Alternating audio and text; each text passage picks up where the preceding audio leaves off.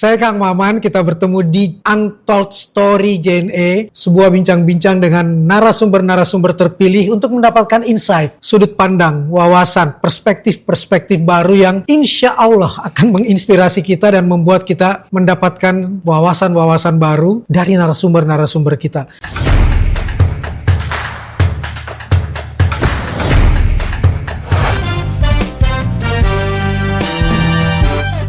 Dan hari ini narasumber saya adalah Yuda Rizky dari AlphaWorks. Dan kalau kita ikut di JNE Content Competition 2026, kita akan temukan namanya sebagai juri di kategori video.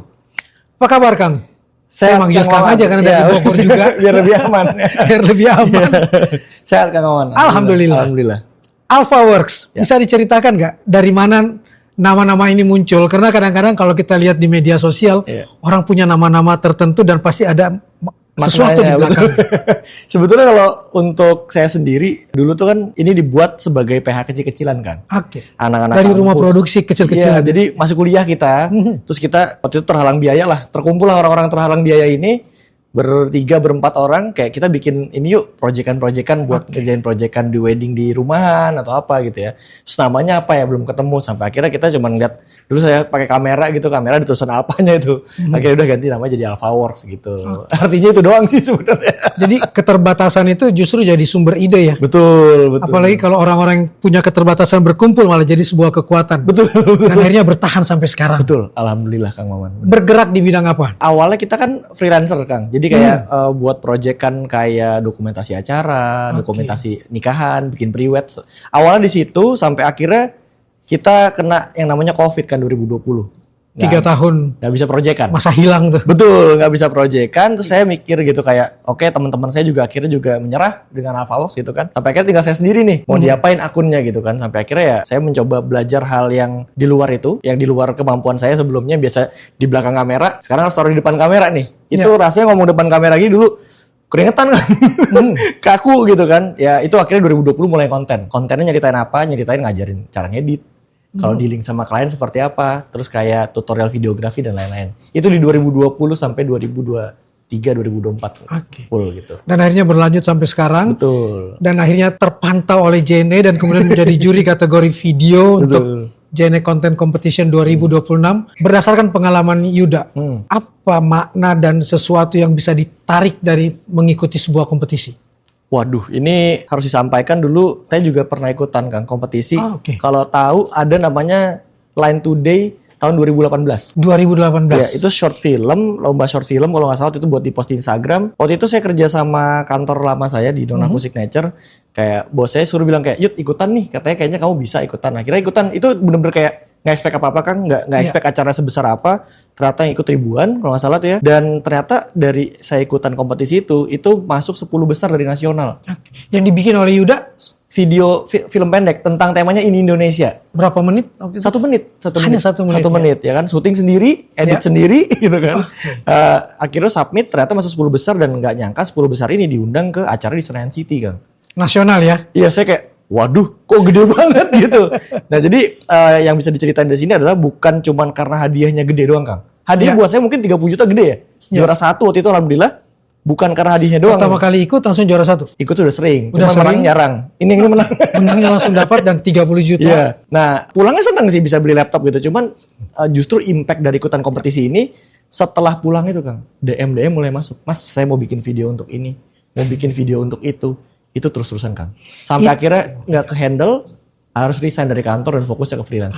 Itu sebenarnya guna kompetisi ya? Betul. Bukan sekedar hadiahnya. Betul. Hadiahnya menarik Betul. Kayak JNE Content Competition ratusan juta total. Betul. Best of the bestnya bisa umroh atau ke Holy Land. Nah itu dia. Tapi bukan cuma itu kan? Betul. Justru jangka panjangnya nih. Benar. Dari start 1 menit, Yuda sekarang sampai 2026. Sekarang jalan terus gitu kan? Iya benar. Dari satu kompetisi kemudian dapat pesanan. Jadi buat teman-teman yang mau ikut dan masih berniat untuk ikut JNE Content Competition, ingat dampaknya bukan untuk sekedar jadi juara, tapi juga untuk kemudian membangun jalan untuk menuju ke masa depan dan bisa jadi teman-teman untuk menemukan teman-teman untuk bekerja sama kan? Betul. Dan itu akhirnya jalan terus ya? Jalan terus kan, karena kalau saya lihat ya jadi gini, emang kita kan pasti ada tujuan ya mau jadi freelancer gitu untuk sikat bisa ambil proyek yang besar-besar gitu. Cuma gimana caranya nih pada saat itu kan pikirannya. Karena dengan ikutan kompetisi teman-teman ya, apalagi kayak JCC ini ya. Ya. Itu tuh bikin karya kita berkesempatan dilihat sama orang banyak. Itu poin pertama ya. Itu poin paling penting. Jadi makanya ketika saya ikutan kompetisi, saya sampai sekarang masih ikutan kompetisi kan. Jarang menang nggak apa-apa. Tapi Betul. coba aja submit gitu. Ketika menang ataupun ya itu 10 besar, karya kita bisa dilihat orang gitu. Nah makanya sampai saya pun akhirnya di akun saya sering banget bikin event kecil, bikin kompetisi juga bareng brand gitu-gitu kan. Iya. Bahkan dari salah satu kompetisi yang saya buat aja, ada yang nggak juara Kang, juara 3 nih, nggak kelihatan. Tapi ada salah satu brand sponsor yang suka, di calling, akhirnya buat project. Itu dia. Itu impactnya guys.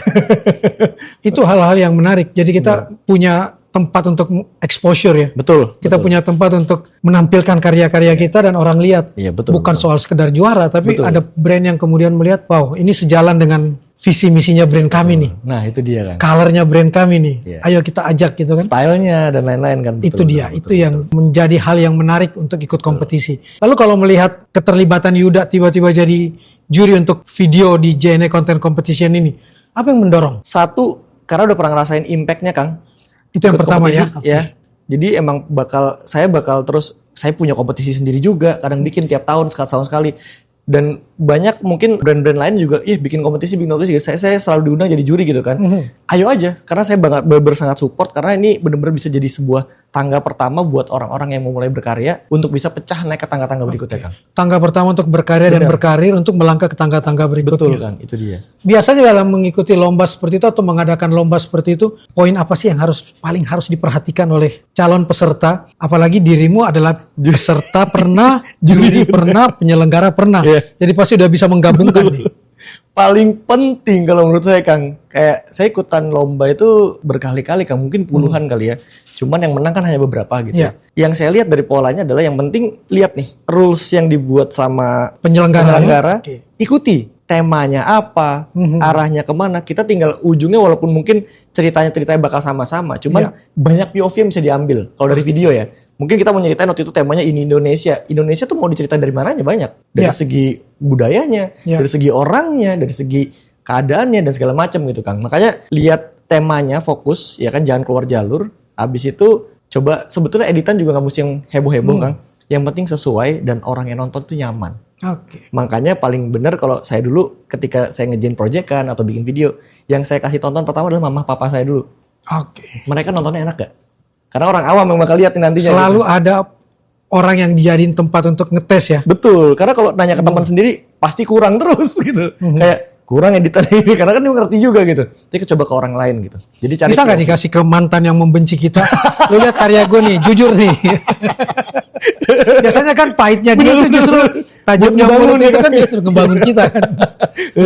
Karena yang kita butuh bukan cuma pujian kan, tapi kritik-kritik yang tajam juga, untuk karya kita gitu kan. Artinya jangan pernah takut dengan kritik dalam setiap ikut perlombaan. Jangan juga pernah takut kalah, tapi ini kesempatan untuk berkarya, itu jadi poin ya. Coba gagal. Ya saya juga berkali-kali kok ikut kompetisi nggak selalu menang gitu. Itu kayak mengasah pisau aja kan. Lama-lama juga akan makin tajam. Betul.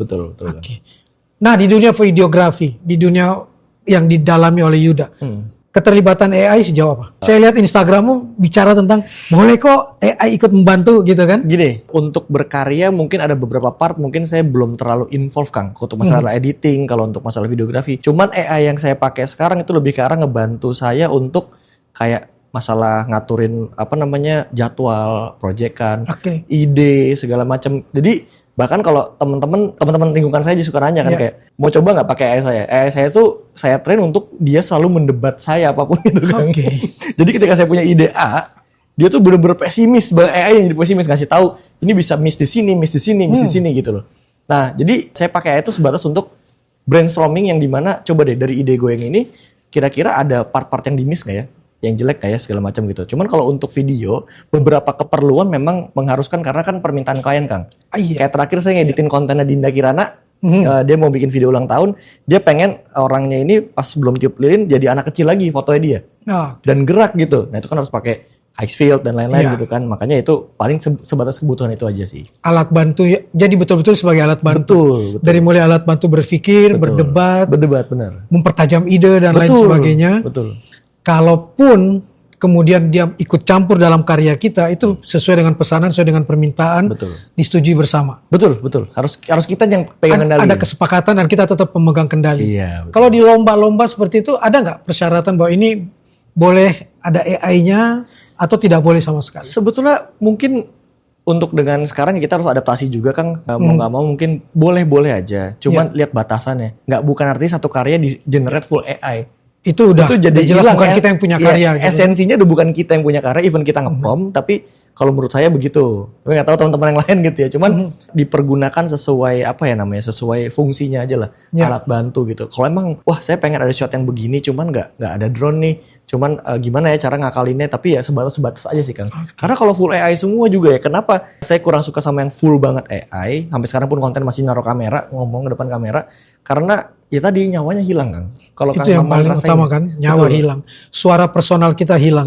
betul. Karya personal kita hilang. Otentisitas kita hilang. Dan ini yang nggak boleh hilang dari karya-karya kita kan. Betul. Sentuhan personal, otentisitas kita harus ada, tetap harus ada gitu kan. Jangan cuma mau mencari kesempurnaan tapi yang dipakai AI gitu. Betul. Itu dijaga betul juga oleh Yuda dalam karya-karya ya. Betul, Kang, karena makanya kayak kemarin yang proyekan terakhir aja, bisa nggak sih gak usah syuting, full aja AI aja gitu, pakai foto-foto. Ada permintaan seperti itu? Ada, cuman nggak bisa, makanya tetap saya syuting. Harus ada syuting karena harus ada mentahannya segala macam gitu kan. Jadi yang di generated cuman yang si talent ini berubah jadi anak kecil. Gitu, itu doang sih. Jadi kayak kalau di full AI itu juga jadi gimana ya, kalau pribadi saya sih nggak bangga juga nunjukin ini karya saya loh gitu. Tapi karena kita kehilangan diri kita sendiri ya. Betul itu sih. Kalau dari permintaan klien yang sekarang sudah bertumbuh, pengalaman apa yang paling menarik yang pernah dialami oleh Yuda? Dari permintaan klien. Klien sekarang itu rata-rata mostly mintanya bikin candi, Kang, bukan bikin video. Kayak briefnya baru ngomong minggu depan syuting ya, minggu depannya udah diupload lah ya, deliver pertama gitu ya. Permintaannya mesti karena kita juga harus ngikutin ya, Kang. Karena kebutuhannya sekarang udah di digital, jadi semuanya serba fast pace. Begitu jadi langsung minta cut down segala macam buat diiklanin dan lain-lain ya. Mungkin permintaannya itu dulu sih. Cuman yang terakhir tuh aku ada kerjasama sama brand laptop. Itu agak memorable lumayan. Kita syuting full blue screen. Jadi environment bikin semua tuh CG.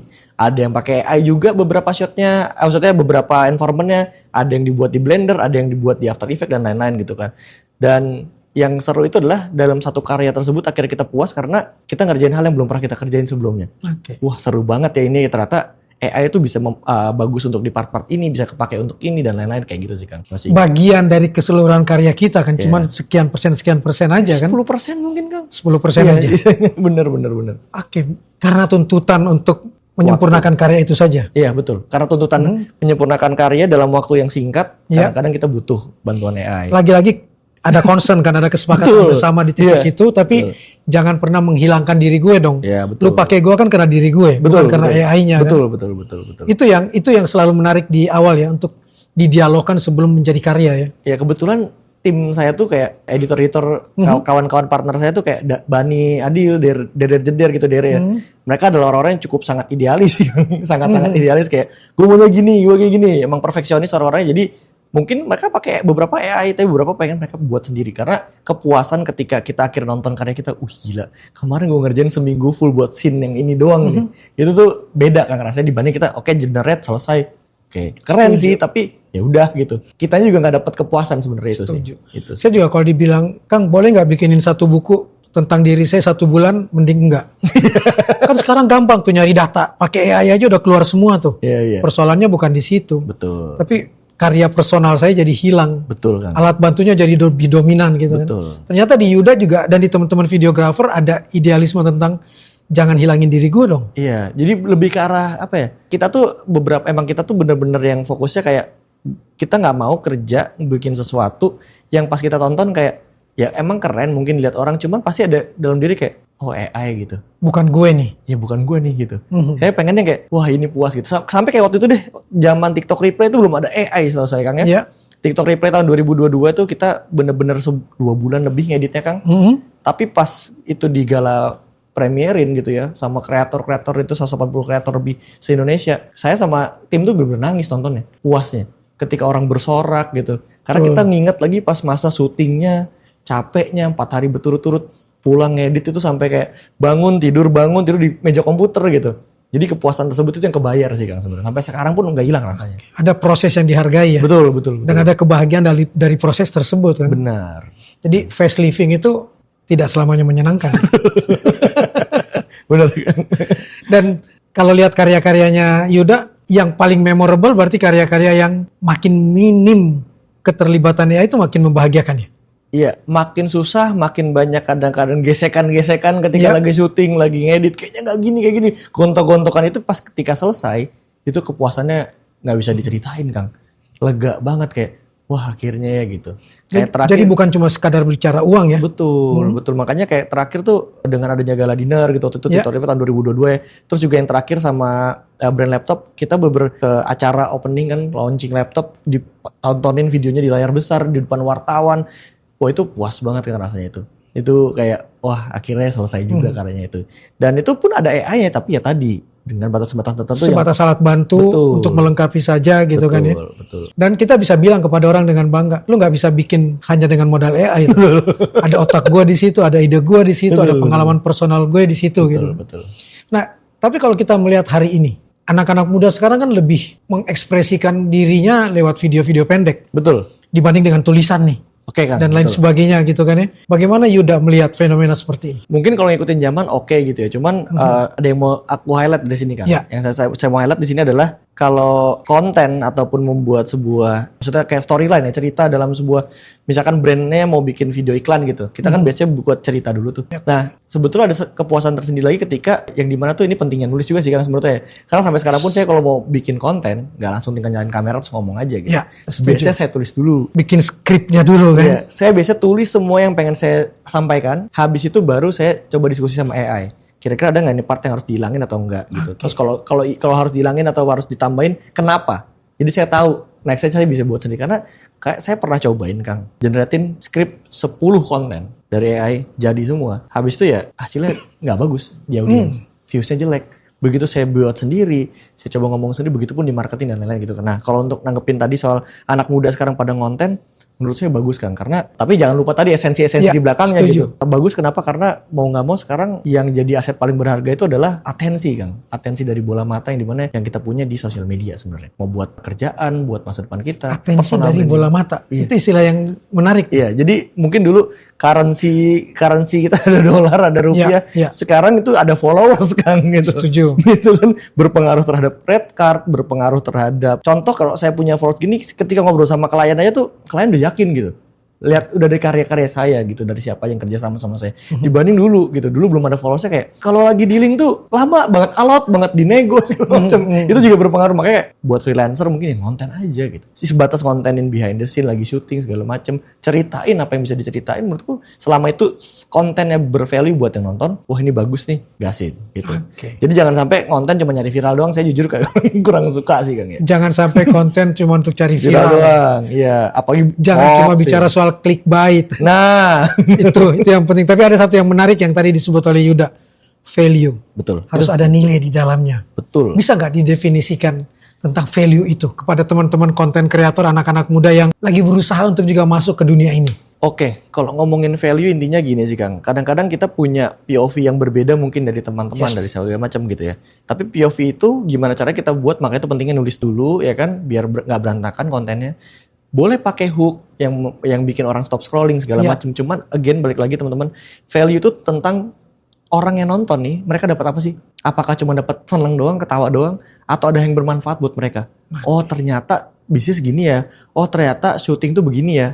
Apa yang mau diceritain? Kayak saya contoh misalnya bikin tutorial setting kamera nih. Settingan saya biasa pakai lock, pakai ini segala macam gitu. Kenapa kayak gini saya jelasin alasannya. Biar di post pro-nya lebih enak segala macam. Mereka nangkap akhirnya. Oh ternyata kamera ada kodek ProRes ya, misalkan ada kodek H264, itu saya bisa jelasin kayak gitu. Jadi yang nonton ya bermanfaat. Karena ketika orang ngerasa kita punya manfaat, orang pasti gampang banget pencet follow. Dibanding kayak cuman keren doang. Karena sudah saya tes Kang. Dulu ada tren yang orang joget-joget pakai drone. Joget-joget pantat tuh ya.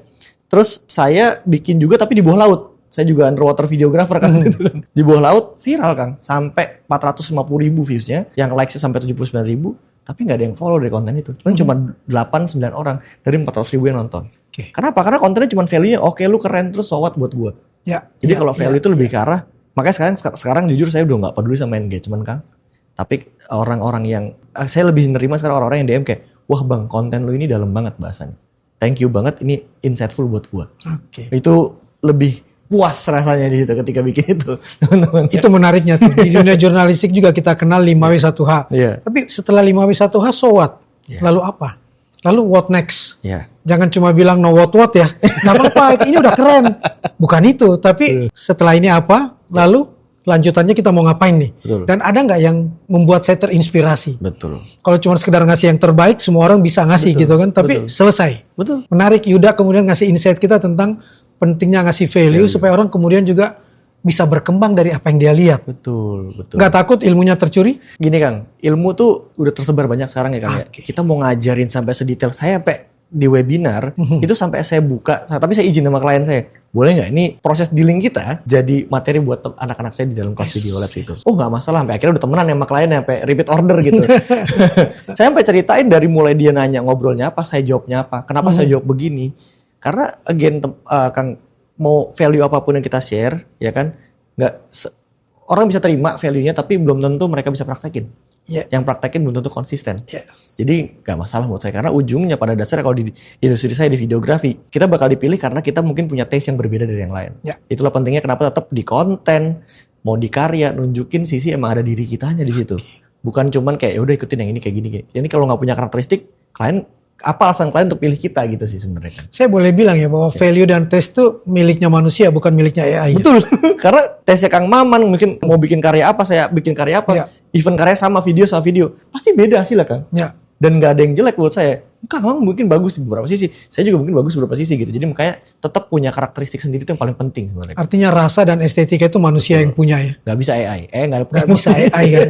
Dia cuma mengenerate gitu aja, tapi emosinya nggak ada gitu Betul, kan. karena orang mungkin beberapa belum nangkap kali Kang ya. Saya juga sampai akhirnya paham bahwa AI itu kan sebenarnya LLM ya Kang, Large Language Model dia. Iya. Large Language Model itu ya di mana dia ngumpulin banyak data-data dari bahasa yang bisa dia rangkumin untuk kita gitu, ngejawab kita gitu. Jadi ya sebetulnya AI secanggih apapun kalau kita pakainya salah, kalau kita nggak ngetrain dia, nggak ngelatih dia juga hasilnya juga bakal jelek gitu Kang. Makanya itu sih tetap harus kita yang pegang kendali. Betul. Saya punya pengalaman pribadi ketika menulis buku tentang ibu saya. Kebetulan ibu saya namanya Sumiati. Aku nanya ke AI, apalagi yang harus saya tulis tentang Ibu Sumiati? Tahu nggak jawaban? Oh itu sejenis setan dari Sulawesi Selatan. Ibu saya memang orang Sulawesi Selatan. Ada film memang tentang setan namanya Sumiati. Berarti dia nggak kenal ibu saya. Berarti dia nggak kenal rasa kan? Betul, karena dia cuma ngambil data aja kan. Hanya ngambil data yang dia generate semua yang Sumiati itu. Benar. Yang terbesar algoritmanya adalah nama setan gitu loh. Lalu ibu saya pun tertarik ke sana, dia nggak tahu ibu saya. Hanya dia nggak punya rasa, dia tidak dilahirkan oleh manusia. Betul. Dilahirkan dari kandungan manusia. Ciptaan manusia tapi tidak dilahirkan dengan rasa dan tangis, air mata dan lain sebagainya itu milik manusia ya. Betul Kang. Jadi kalau ingin disampaikan ke teman-teman anak-anak muda hari ini, berkarya itu ya tetap melibatkan rasa, melibatkan value tadi, taste, ada estetikanya, ada etikanya dan itu milik manusia. Betul, nggak bisa diganti AI menurut saya. Nggak bisa diganti karena dari beberapa karya, kadang ada beberapa karya buat brand Kang ya, untuk sebuah campaign video kita buat bener-bener nulis. Saya punya sparring partner kalau buat nulis tuh, kawan saya namanya Adrian. Dia sering bikinin skrip, storyline segala macam. Kita kadang beradu pikiran di situ. Pas begitu karyanya jadi tuh impact yang nggak bisa dirasain ya. Kayak beberapa part saya pernah bikin konten pakai AI ini, full scripted AI. Saya coba di akun lain gitu. Saya punya akun-akun lain juga buat ngetes. Oh ternyata nggak se-impactful itu ya. Walaupun isinya bagus menurut saya, tapi ternyata rasanya nggak kerasa karena mungkin bukan dari kita sendiri lahirnya si karya tersebut. Nah ketika saya bikin ada salah satu brand di Indonesia bikin video untuk campaign lebaran pada saat itu kita buat sendiri tentang wartawan yang nggak bisa pulang, ibunya sampai akhirnya ketemu nih sama ibunya gitu dengan cara yang agak-agak dramatis gitu lah. Kayaknya saya nonton nih. Iya itu. Habis itu kayak saya tunjukin ke teman saya, partner bisnis saya yang mungkin dia nggak ngerti video, dia tonton, itu dia nangis kan. Sama, saya juga nangis di adegan itu saya tahu tuh. Saya makanya merinding nih. Iya itu kayak ini itu karyamu ya? Iya ada itu kan. Jadi itu yang bikin ada kepuasan di mana kayak ini yang paling penting nih. Rasa itu yang yang nggak bisa kan di-generate AI itu kan. Nggak akan bisa. Nggak akan kerasa. Dan satu yang menarik tadi, apapun karyanya, menulis itu menjadi penting. Betul. Kepandaian, kemampuan menulis menjadi penting. Berawal dari situ soalnya. Dari situ kan. Struktur, sistematika pemikiran kita itu juga terabadikan lewat tulisan. Dirimu tadi menceritakan sampai bisa menceritakan detail dari mulai deal sampai akhirnya jadi barangnya. Iya. Pasti kamu nulis kan? Betul Kang. Kamu bikin tulisannya kan? Saya bikin tulisan, saya bikin PPT, ya kan? Iya. Berawal semua dari tulisan dulu. Jadi terstrukturnya, cara kita bisa Iya. menciptakan karya yang terstruktur, sistematis itu pasti ada peran tulisan di dalamnya. Wajib Kang. Itu dia, kata kuncinya wajib tulisan itu. Dan itu yang menguatkan kita. Saya jadi teringat ajaran gini, kalau kamu cuma bicara itu seperti hewan liar aja. Iya. Kalau kamu tidak mengikatnya, dia akan lari aja. Betul. Hilang dalam sekejap. Betul. Sehingga perlu diikat supaya dia nggak lari gitu kan. Iya. Dan cara mengikatnya tulisan. Dengan cara menulis benar. Sehingga keterampilan menulis menjadi sesuatu yang penting. Betul. Sekalipun kamu videografer yang Iya. tinggal rekam.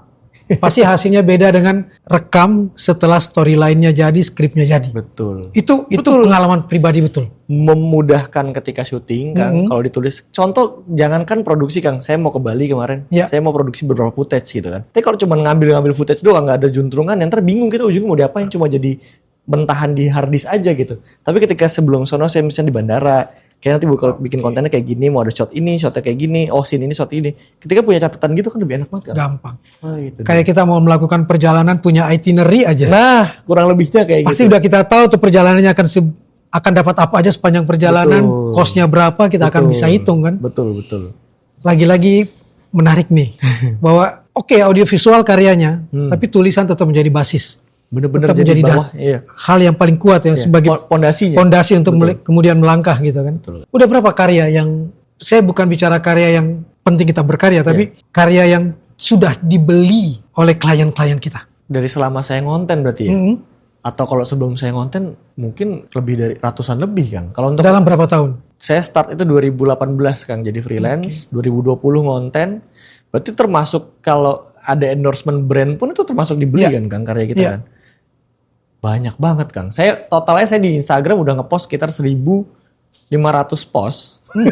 Baik foto ataupun tulisan, karusel gitu ya. Mungkin anggaplah 10% dari itu yang dibayar gitu. Oke. Sama brand ataupun apapun itu kan.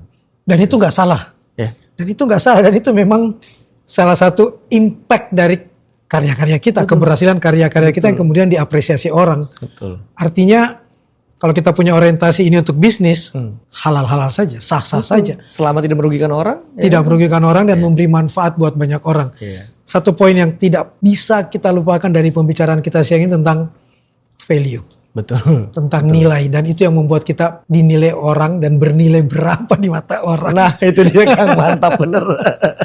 Jadi harga itu dipengaruhi juga oleh value kita. Jadi mari berkarya dengan tetap menjaga value kita, apalagi value sebagai manusia kan. Betul Kang.